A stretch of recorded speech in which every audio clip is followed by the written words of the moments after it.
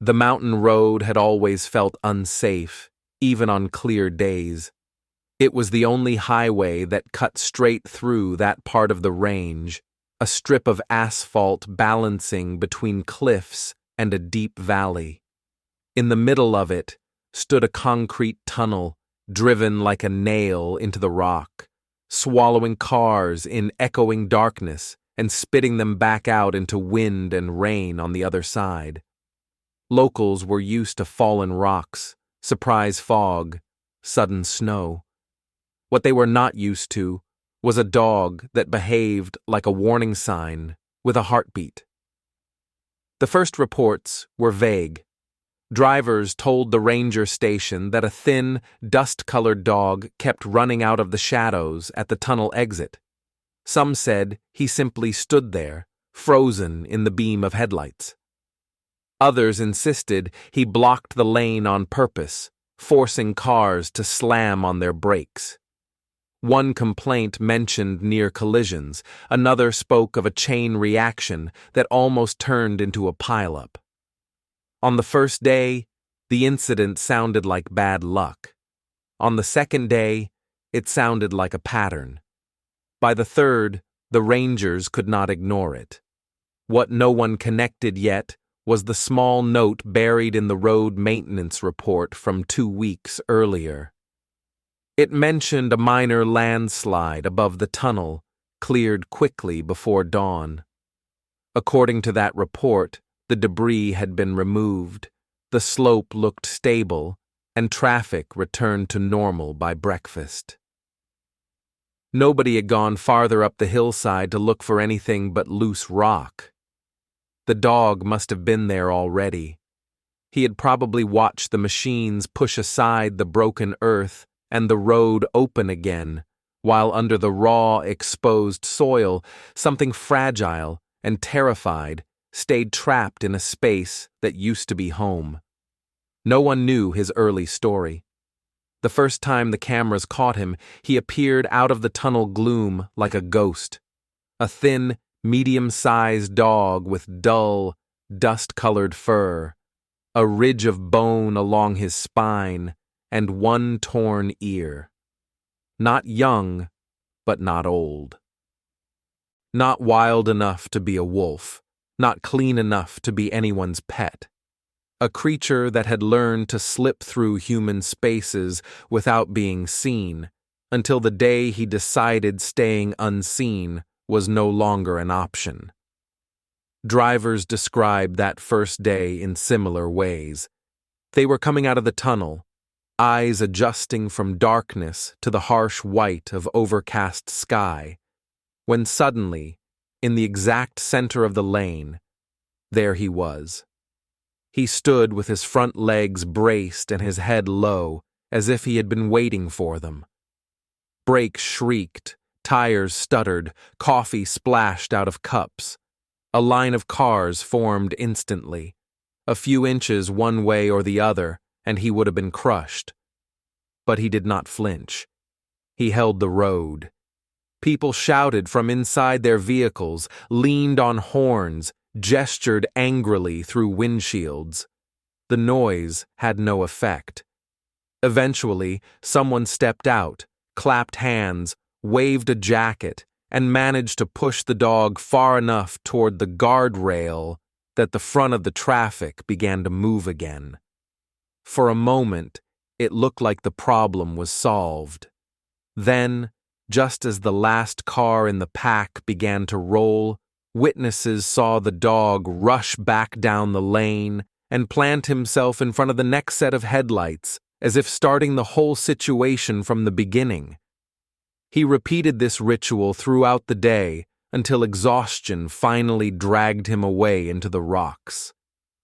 The second day, he returned. This time some drivers filmed him with their phones. The shaky clips showed the same pattern. The dog pacing along the tunnel exit, then standing broadside in front of a vehicle, refusing to yield. He dodged at the last moment sometimes, but always returned. A few short videos hit local social media and were passed around with captions that blamed him for traffic jams and near accidents. That was when the complaint stack at the ranger station grew too thick to ignore. 2 rangers were assigned to investigate. They were used to chasing off elk from campgrounds, redirecting lost hikers, and watching for poachers. A stubborn stray on the highway sounded like a simple, if irritating, task. They drove up in a weathered pickup, carrying a pair of slip leashes, a bag of kibble, and a tranquilizer kit they did not expect to use. The sky was heavy with cloud, brushing the mountain peaks with a smear of gray. Mist clung to the trees in the valley. The tunnel opening, dark and perfectly round, looked like a hole punched through the cliffs. They did what they always did first, waited and watched. Parked in a small service turnout, they had a clear view of the tunnel exit. Cars came and went, headlights flickering in the gloom, exhaust hanging in the cold air. At first, nothing unusual happened. The highway looked almost peaceful. Then the dog appeared. He stepped out of the tunnel as if he had been walking alongside a car inside it, using the shadows as cover. As he emerged, he paused for a heartbeat, listening. The sound of an approaching engine grew louder. He walked straight into the lane. From the turnout, the rangers could see his body language clearly. This was not the frantic, confused zigzag of a terrified animal. His movements were tense, focused, almost purposeful. Head low, tail stiff, paws planted exactly where the lane narrowed. The approaching car slammed to a halt. The driver leaned on the horn.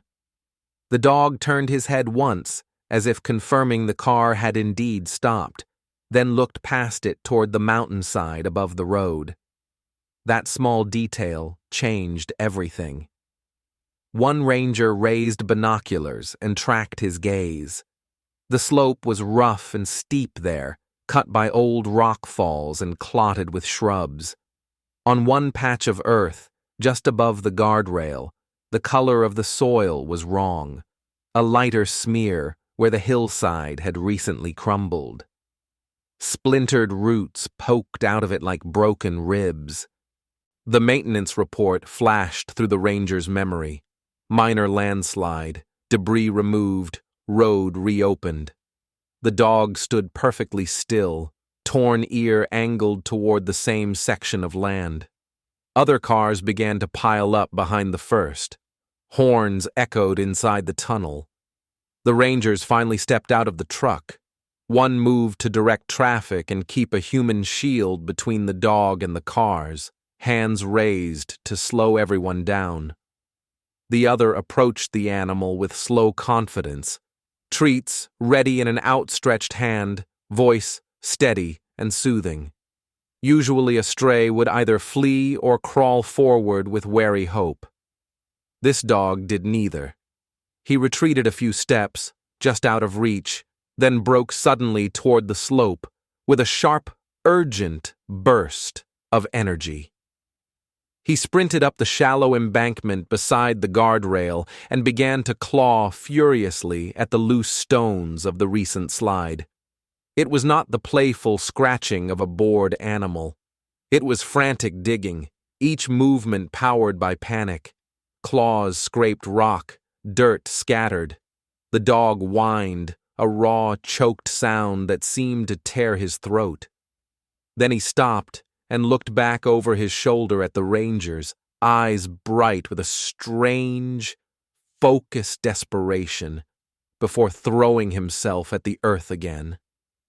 The ranger who had been walking toward him felt something shift in the air.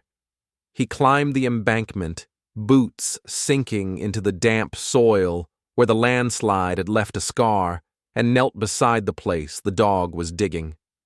At first, he saw only stone and roots. Then he noticed a dark crack beneath them, a narrow gap that led into the hillside. When he leaned closer, a faint smell drifted out. Wet fur, stale air, something sickly sweet and wrong. He held his breath and listened. For a long second, there was nothing. Then he heard it, a tiny, muffled cry. Weak, scratchy, almost swallowed by the earth, but unmistakable. Not the howl of an adult animal. The thin, desperate call of something small. A second sound followed it, a rasping, labored breath. Another cry, fading too quickly. The ranger jerked back and shouted for his partner. Adrenaline burned away the calm routine of the day. This was no longer about a stray causing traffic problems. There was life under the rock. From that moment, the scene turned into controlled chaos. One ranger grabbed the radio and called in for immediate support. Road control, more hands, whatever excavation help could be sent quickly without waiting for heavy machinery. The other started digging with his bare hands where the dog had already loosened the soil. The landslide had not been huge, but it had been heavy. The soil packed tight around stones, and under that, the hardened shell of an old animal den. Likely a fox or wild dog burrow carved into the slope years before. The top of it had caved in like a fragile roof under sudden weight. As they dug, the sounds grew slightly clearer. Thin cries, scratches, a low, broken whine that could only have come from an adult struggling to breathe. They ditched the shovel as soon as it felt too dangerous, choosing fingers over metal to avoid crushing anything hidden. Nails split against stone, knuckles scraped. The dog worked alongside them, heedless of the dust that clogged his nose, pushing his muzzle into every opening they created, trying to squeeze through. When the first gap appeared large enough to see inside, the ranger pulled back and peered into the darkness. Two tiny shapes lay pressed against the dirt, eyes still cloudy, bellies rising and falling too fast. Their fur was matted with mud, their paws twitching weakly as they tried to wriggle closer to the faint stream of air now reaching them. Behind them, something larger blocked the rest of the space, a barrier of fur and muscle and rock. They pulled out the first pup gently, then the second. Each weighed almost nothing, as if the landslide had stolen all the strength they had been slowly building in that underground shelter. The dog outside tried to lick them as soon as they emerged, tail whipping in a mixture of panic and relief. But the den was not empty. The barrier at the back shifted with a slow, agonizing movement, and a low sound rolled out of the darkness. Not aggressive, exhausted. The mother lay wedged under a slab of stone, her body twisted to shield the pups from the worst of the collapse. One hind leg bent at an angle that made the ranger's stomach lurch. Her chest rose shallowly, each breath a fight. Her eyes found the opening and flickered with a strange combination of alertness and fading strength. She had held that position for days, unable to move, refusing to crush the space where her pups could still breathe. The slope was unstable. One wrong move could send more rock sliding down and crush the den completely. The rangers worked with slow, precise movements, bracing loose stones with whatever they could, bits of wood from the truck, pieces of old fence, even the metal jack usually reserved for lifting vehicles. They inched the largest rock away from the mother's body, millimeter by millimeter, until there was just enough space to drag her out. Throughout it all, the stray dog refused to leave. He avoided the dangerous edges of the shifting earth with an instinct born from living in unstable places, but he stayed close enough that the rangers could feel his breath on their sleeves. Every time they paused to brace the slope, He pushed his nose toward the gap, emitting low, broken sounds that were not quite whines and not quite growls, more like verbalized fear. When the mother finally slid free, she did not snap or struggle. She simply lay where they placed her, sides heaving, muzzle searching for the pups with blind urgency. The stray stepped in then, licking her face once, then circling around to nudge the pups closer with his nose. He behaved not like an unrelated stray, but like a member of the family who had spent days fighting a battle outside while she fought one inside. Traffic had been stopped entirely by that point. Drivers stood on the shoulder, watching the scene from a distance, their earlier frustration replaced by a strange silence. The tunnel, usually filled with roaring engines, echoed instead with the scraping of hands on rock and the thin sounds of rescued pups trying to find their mother's warmth. The rangers carried the family to the truck with the care usually reserved for fragile equipment or unexploded shells. They lined the bed with blankets, jackets, anything soft they could spare. The pups were tucked against the mother's belly, and the injured leg was braced carefully.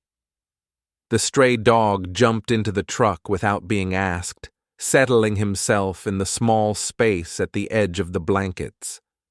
He positioned his body so that, even if the vehicle jolted on the descent, he would absorb part of the movement before it reached them. The drive down the mountain felt longer than the climb. At the small wildlife clinic near the base, the staff moved fast. X-rays, IV lines, pain relief. The mother's leg was broken badly, but not beyond repair. The surgery would be complicated and would require plates and screws, yet the vet believed she had a solid chance if infection could be kept at bay. The pups, dehydrated and chilled, were placed in an incubator box with gentle heat and monitored constantly. They were given small amounts of formula, drop by drop at first, their tiny mouths working weakly around the syringes. Through it all, the stray paced the hallway outside, nails clicking on the tile. Every time someone opened the door, he tried to slip in. When they gently blocked him, he settled for pressing his nose to the gap at the bottom of the door, breathing in every scent he could catch. Eventually, one of the staff members dragged a blanket into the corner and guided him onto it.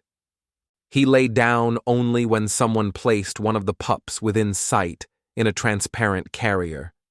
With that tiny heartbeat visible, he finally allowed his own eyes to close. The days that followed stretched long and fragile. The mother survived the surgery. She woke groggy, pupils blown wide, leg heavy with bandages and metal. At first, she barely reacted to the pups being placed beside her. Then, slowly, instinct pushed through the fog, and she began to nuzzle them, to lick their fur clean, to let them root against her side even when it hurt. One pup struggled more than the others. The smallest, born weaker, had suffered most under the crushed den. His breathing rattled, his temperature dipped frequently, and the staff prepared themselves for the possibility that he might not make it. The stray dog did something unusual then.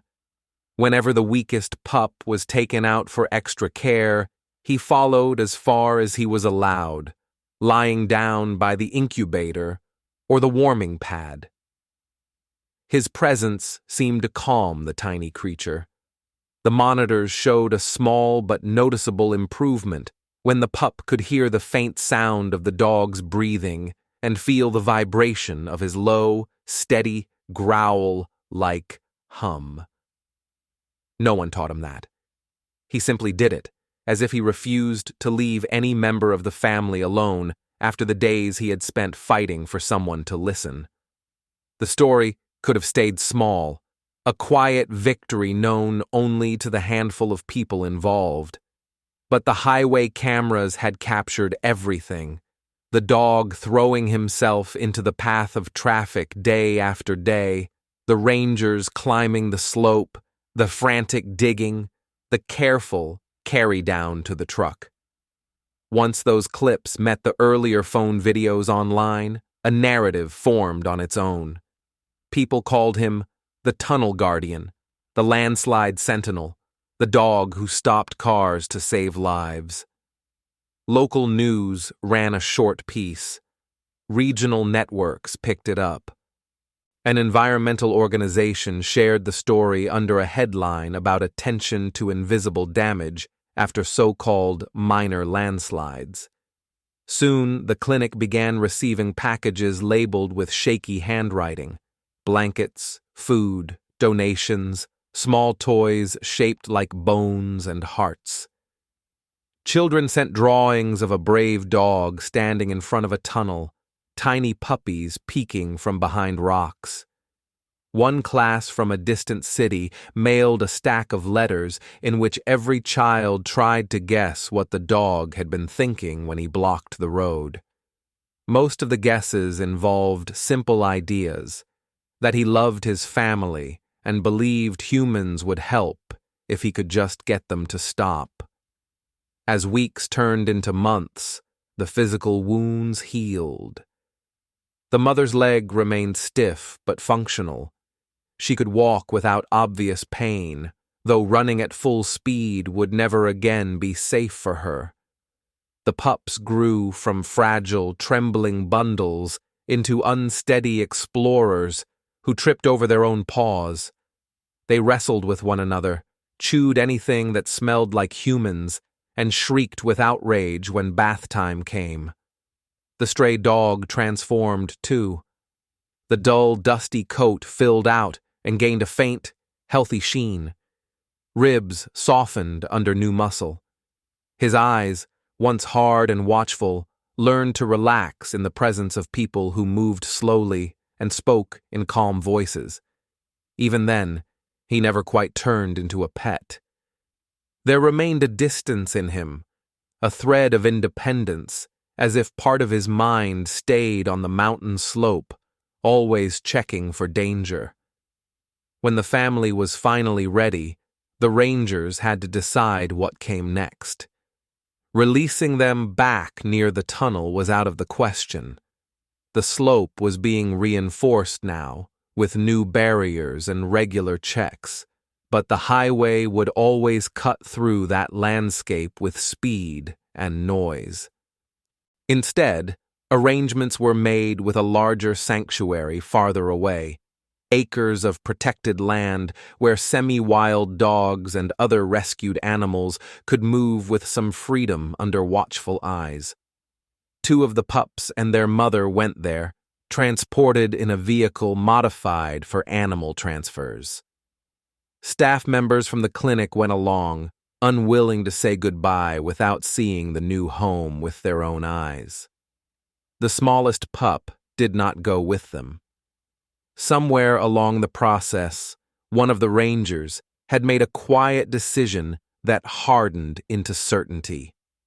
The pup who had clung so stubbornly to life, whose heartbeat settled every time the ranger held him against his chest, would not be returned to the uncertainty of the wild. The ranger's house already had a fenced yard and a corner waiting for a bed. That left the stray, the one who had started it all. He could have gone to the sanctuary too, but by then he had woven himself into the daily rhythm of the ranger station. He rode in the pickup on patrols, ears pricking whenever they passed the tunnel. He trotted through the hallways of the clinic as if checking on his patients.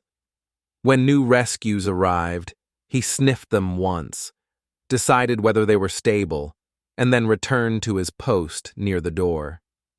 In the end, no one made a single official decision about him. He simply stayed, and everyone adjusted around that fact. Paperwork eventually caught up, labeling him as a permanent resident and unofficial partner. Up on the mountain, the highway changed a little. A new fence lined the base of the slope near the tunnel. Warning signs reminded drivers that minor rockfalls could hide serious damage and that reporting them quickly might save lives, not just human ones. At the exact spot where the dog had stood in the lane, a small plaque was bolted to the guardrail. Most drivers missed it as they rushed past at normal highway speeds. Those who slowed down, curious about the fresh construction, sometimes noticed the metal glint and pulled over at the little turnout just beyond the tunnel. The plaque carried a simple line drawing of a dog in profile, standing firmly on all four paws. Underneath it, an inscription explained that a minor landslide once sealed a wild den on the slope above, trapping a mother dog and her pups. Traffic had only stopped when a stray blocked the tunnel day after day, refusing to move until someone followed him and listened to what he was trying to show. The last sentence was brief. It said that the sensors, cameras, and warning systems on the highway had all failed to notice the living family buried above.